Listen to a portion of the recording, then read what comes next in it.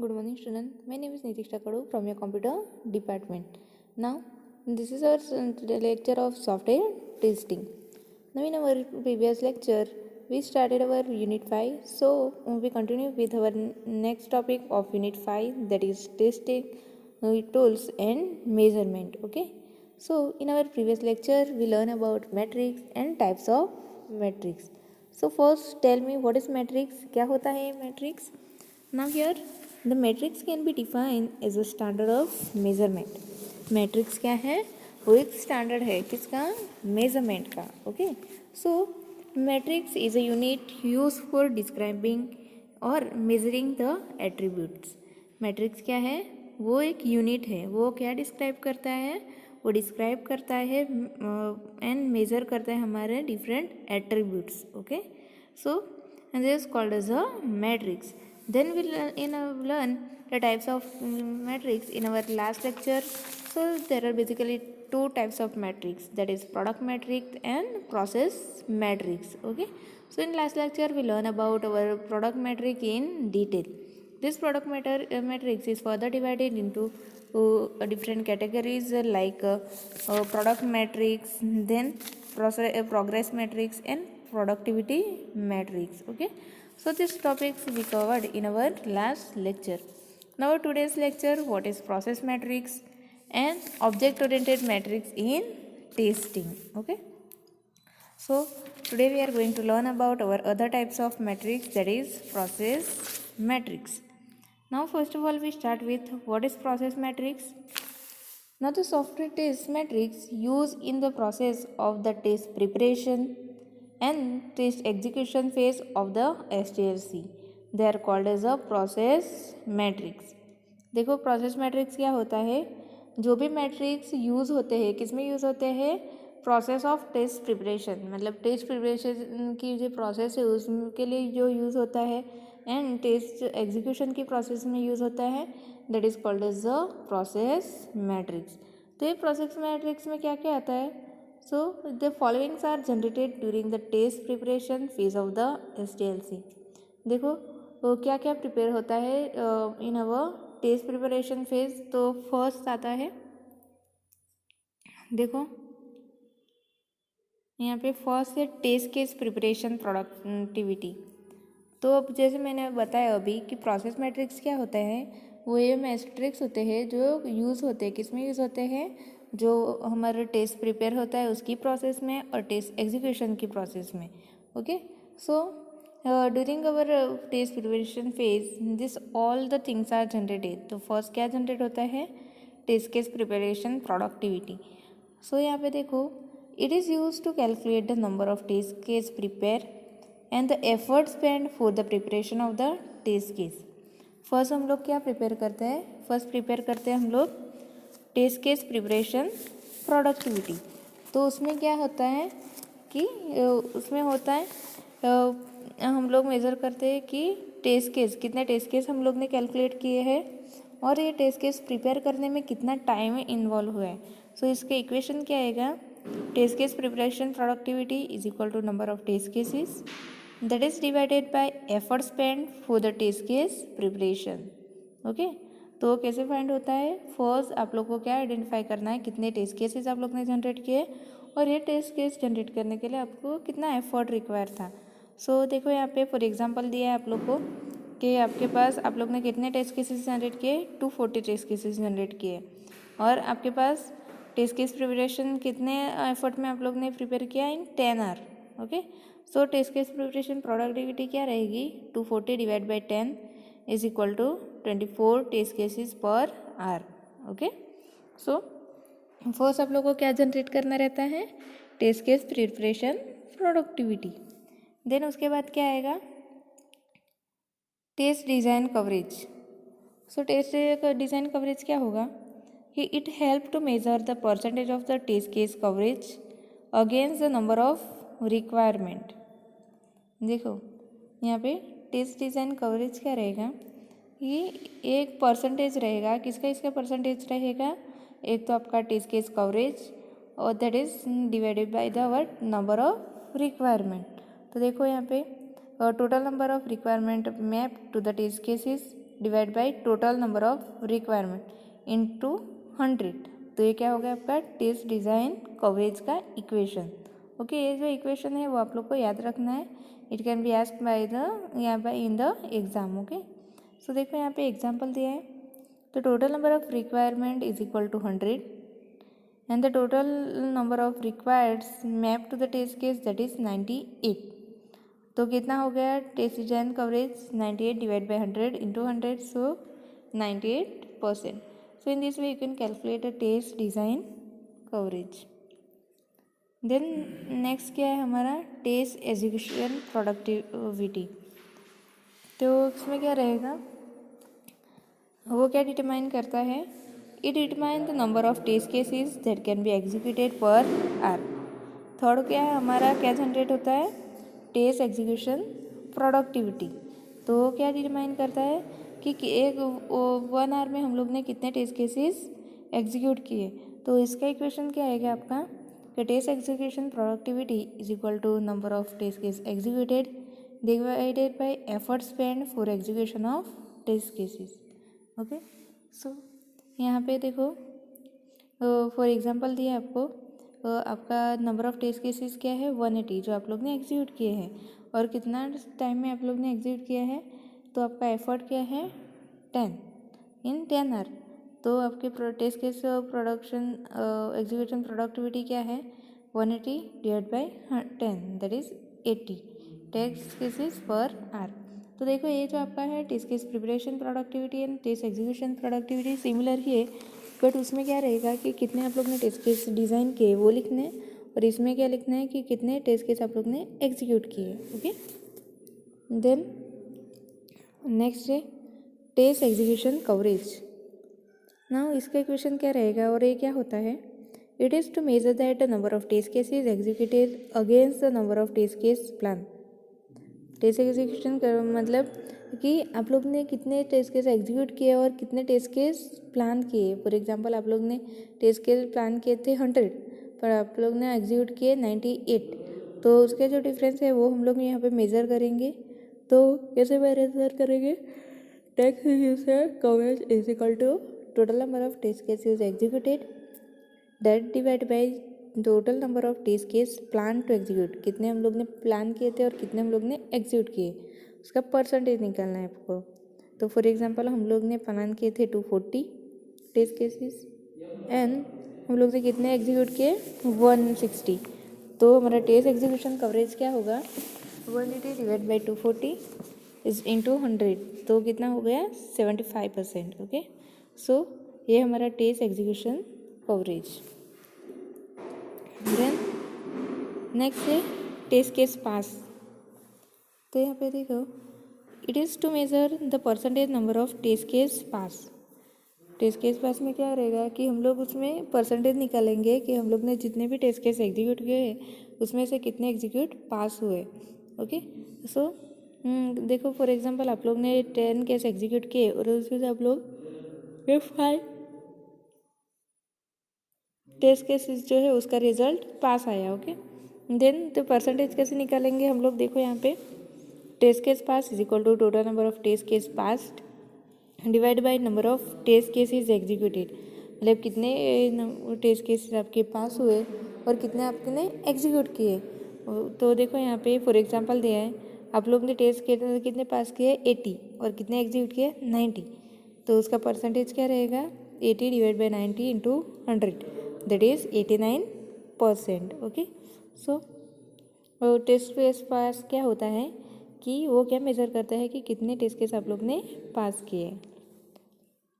Then next है test case failed.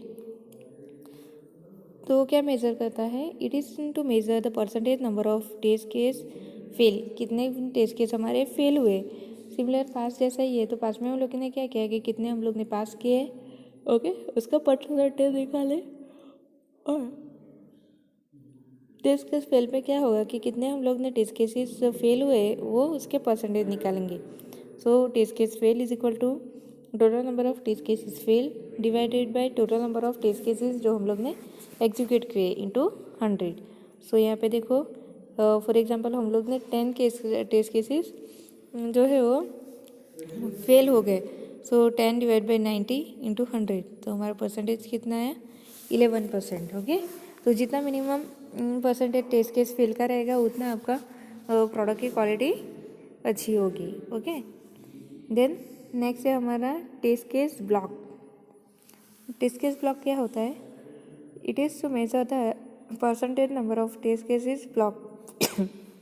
वो क्या करता है, मेजर करता है कितने परसेंटेज हम टेस्ट केसेस हम लोग ने ब्लॉक किए हैं। सो देखो यहाँ पे test case block is equal to total number of test cases block divide by my total number of test cases executed into 100. Okay, so test case block is equal to 5 divided by 90 into 100, that is 5.5. So these are the things that we are generated during the test preparation phase. कि मतलब test preparation जो phase है उसमें हम लोग ये सारी चीज़ें जनरेट करते हैं। उसमें क्या क्या था, फर्स्ट देखा हम लोग ने टेस्ट केस प्रिपरेशन प्रोडक्टिविटी और उसका इक्वेशन देखा। फिर हम लोग ने देखा test design coverage. Okay, then था test execution productivity, test execution coverage, then test case fast and test case fail, then test case block. Okay, so these are the things that are generated. Now next topic, that is object oriented matrix in testing. Now object oriented matrix in testing क्या होता है? The matrix follows the traditional function decomposition and data analysis design approach measure the design structure and data structure independently. मतलब यहाँ पे क्या होता है कि जो नॉर्मल मैट्रिक्स है जो हम लोग ने ये ट्रेडिशनल फंक्शनलिटी के लिए डेवलप किए, तो वो क्या डिकम्पोजिट करता है, वो क्या करता है डेटा एनालिसिस अप्रोच यूज़ करता है। किसके लिए यूज़ करता है? To design structure and data structure. ना देखो यहाँ पे ऑब्जेक्ट ओरिएंटेड मैट्रिक्स क्या होता है, तो object oriented matrix must be able to focus on the combination of function and the data as an integrated object. देखो जो हमारा नॉर्मल मैट्रिक्स रहता था वो किस पे करता था, data analysis and design approach पे, बट जो हमारा ऑब्जेक्ट ओरिएंटेड मैट्रिक्स है वो किस पे फोकस करता है, वो फोकस करता है कि combination of our function at the data. Okay, that is the integrated project. ना तो फर्स्ट उसमें देखो हम लोग देखते हैं कि मेथड क्या होता है कि in an object-oriented system, traditional metrics are generally applied to the method that comprise the operation of the class. देखो कि जो हमारा ऑब्जेक्ट ओरिएंटेड सिस्टम है, ओके, तो उसमें जो ट्रेडिशनल अप्रोच किसके लिए बेसिकली यूज़ होता है, जो यूज़ करता है मेथड के लिए। किसके लिए? मेथड क्या रहता है, जो ऑपरेशन डिफाइन करता है कोई भी क्लास के लिए। Okay, so a method is a component of the object that operate on the data in response to the message and it is defined as a part of the declaration of the class. देखो ये normal जो आप लोग ने object oriented programming using C++ देखा है, तो उसमें भी मेथड आता था। तो ये जो मेथड जो है वो क्या है, वो कंपोनेंट है। किसका कंपोनेंट है? ऑब्जेक्ट का। और ये जो है वो क्या करता है, ऑपरेट करता है वो है डेटा पर। ओके, उससे this method reflects how the problem is broken into the segment and the capability other classes accept of the given class. तो ये मेथड क्या रिफ्लेक्ट करता है कि कैसे प्रॉब्लम ब्रोकन होता है इनटू डिफरेंट सेगमेंट। ओके, तो ये थे हमारा मेथड। देन दूसरा है क्लास। ना क्लास क्या होता है, ऑब्जेक्ट ओरिएंटेड प्रोग्रामिंग में हम लोग ने क्लास देखा है, मेथड अभी देखा, दूसरा रहता है क्लास। तो class is a template for which the object can be created. Class क्या है, वो टेम्पलेट है जिसके लिए हम लोग ने ऑब्जेक्ट क्रिएट किया है। So this set of objects share the common structure and the common behaviour manifest by the set of method. तो ये जो क्लास है, क्लास के लिए हम लोग मेथड डिफाइन करते हैं। जो मेथड में क्या डिफाइन होता है कि कैसे हमारा ऑब्जेक्ट बिहेव करेगा। ओके, देन नेक्स्ट है now this set of objects have a common structure and common behavior manifest by the set of method. Then next है inheritance. Now Another design abstraction in object-oriented system is to use the inheritance. क्या abstraction है कि कैसे हम लोग inheritance use कर सकते हैं in our object oriented system. So inheritance is a type of relationship among classes that able programmer to reuse the previous defined object including variables and operators.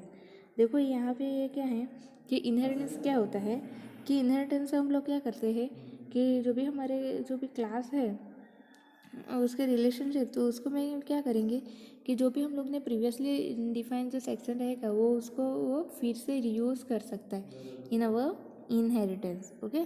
So inheritance decrease the complexity by reducing the number of operation and the operators. इसमें क्या होता है कि inheritance से क्या होता है कि हम लोग कॉम्प्लेक्सिटी रिड्यूस कर सकते हैं, क्योंकि हम लोग जो पहले के ऑपरेटर है ना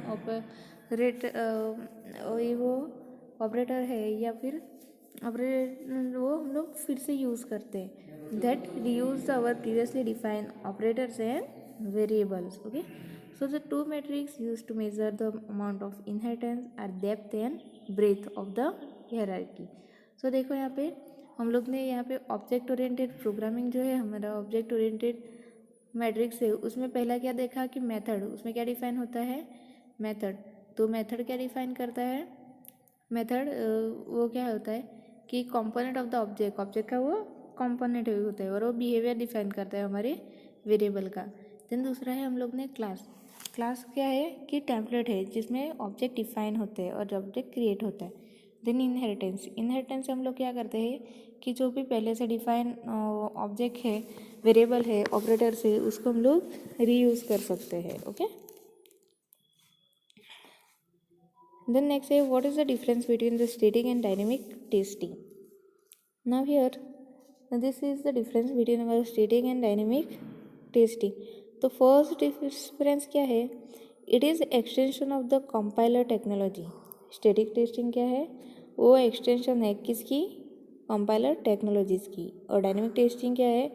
दे help to understand the background process. Dynamic testing basically किसके लिए होता है? फॉर द बैकग्राउंड प्रोसेस के लिए. Then these tools are used to develop as the part of the development and component testing process. Then dynamic testing tool क्या है? Those require the code to be in the running state. Dynamic का meaning ये क्या होता है कि running, तो running state में यूज़ होता है. Then static testing is the tool is not executed or run but tool itself is executed. वो क्या होता है? स्टैटिक टेस्टिंग में क्या होता है कि जो भी टेस्ट टूल कोड होता है वो एग्जीक्यूट नहीं होता है, पर जो भी टूल है वो खुद एग्जीक्यूट होता है. बट डायनेमिक टेस्टिंग में वो क्या होता है कि जो भी कोड है वो एग्जीक्यूट होते हैं. Okay. Then static testing also perform the static analysis of the requirement and analysis of website. Static testing tool में क्या होता है कि जो भी हमारा वेबसाइट है या रिक्वायरमेंट है उसको हम लोग एनालाइज करते हैं. बट डायनेमिक टेस्टिंग में ऐसा नहीं होता है. That is the tool that is used by the developer in the component integration testing, middleware and testing robustness and security. Okay. Now these are the characteristics of our static testing. That is check climatic complexity, enforce coding and standard, analyze the structure and dependency, helpful in understanding the coding, then identify defect in the code. ये क्या है? Different characteristic and features है किसकी? हमारे static testing tool के. ना देखो अभी डायनेमिक टेस्टिंग टूल उसके कैरेक्टरिस्टिक क्या रहेगी कि डिटेक्ट मेमोरी लीक. वो क्या डिटेक्ट करता है? Memory leak. देन दूसरे क्या है? Identify pointer arithmetic errors, null pointers. वो क्या आइडेंटिफाई करता है? Null pointers. Then identify time dependency. Okay. So these are the some features and characteristic of our dynamic testing tool. Then देखो static tool help to understand the structure of the code and can also be useful to enforce the coding standard. देखो generally जो static testing tool है वो क्या करता है कि वो अंडरस्टैंड करता है किसका स्ट्रक्चर? हमारा कोड का स्ट्रक्चर. और क्या करता है? वो कोडिंग स्टैंडर्ड यूज़ करने के लिए एनफोर्स करता है. While in dynamic testing, it performs the website testing to check whether each link does not actually link to the something else. मतलब डायनेमिक टेस्टिंग में क्या होगा? वो कोड एग्जीक्यूट करता है तो वो क्या करेगा कि वो सारी जो लिंक प्रोवाइड किए हमारे वेबसाइट में वो प्रॉपरली वर्क कर रहे हैं कि नहीं। देन एग्जांपल देखो स्टैटिक टेस्टिंग के flow analyser, then path tester, coverage analyser and interface analyser. Dynamic testing tool का क्या होगा, tool driver, test bed, emulators, simulations, analysers, ये क्या है, वो एग्जांपल है किसके, डायनेमिक टेस्टिंग टूल्स के। ओके, सो आज के लेक्चर में हम लोग ने ये क्या पढ़ा कि about our second types of matrix, that is process matrix, and we learn about our object oriented matrix and the difference between static tool and dynamic tool. Okay, so I hope you all understand our today's topic. Thank you.